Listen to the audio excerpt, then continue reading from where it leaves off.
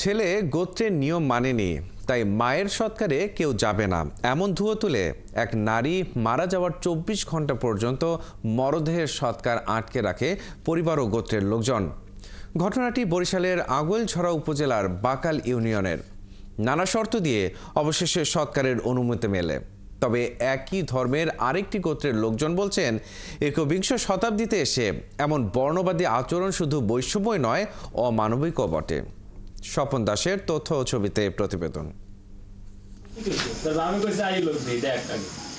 ৫৩ বছরের অলকা চক্রবর্তী মারা যান ২১শে নভেম্বর বেলা ২টায়। তার ছেলে সাগর চক্রবর্তী মায়ের সৎকারের জন্য স্বজনদের ডাকলে তারা সবাই অস্বীকৃতি জানান। তখন মায়ের মরদেহ সামনে নিয়ে বসে থাকা ছাড়া আর কিছুই করার ছিল না সাগরের। এভাবেই পেরিয়ে যায় গোটা একটি রাত, তবু কেউ এগিয়ে আসেনি। আমার মা দুপুর ২টায় মারা গেছে।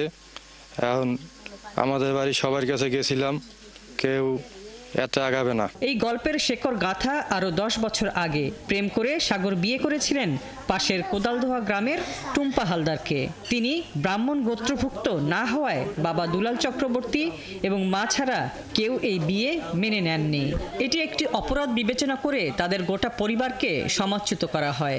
আমি নবময়ে বিবাহ করছি দেখে আমাদের ঠাকুর গোষ্ঠীর লোক কেউ আমার পাশে আসবে না। তাই সাগরের মায়ের মৃত্যুর পর তার স্বজনদের সঙ্গে ব্রাহ্মণ সম্প্রদায়ের অন্যরাও তার শেষকৃত্যে বাধা দেয়। আমি সবার দাঁড়ে দাঁড়িয়ে ঘুরতে আসছি, আমার শাশুড়ি কেউ অনুমতি দিচ্ছে না। একটা মানুষ যখন মারা যায় তার সাথে তো কোনো শত্রুতা বা ভেদাভেদ থাকে না।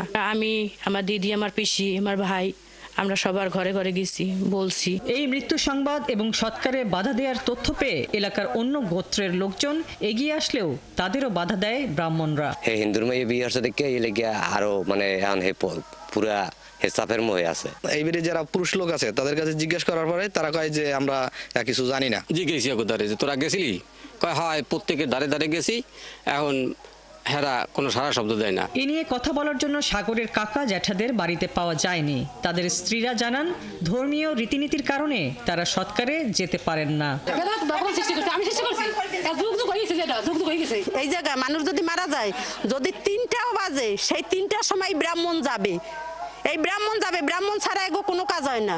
এ বিষয়ে কথা বলতে রাজি হননি কোনো ব্রাহ্মণ পুরোহিত। ব্রাহ্মণ সম্প্রদায় সমিতির সভাপতি পরিমল চক্রবর্তী দেশের বাইরে থাকায় তার ছেলে কনক চক্রবর্তী মুঠোফোনে জানান, ধর্মীয় রীতিতে এই সৎকারে বাধা রয়েছে।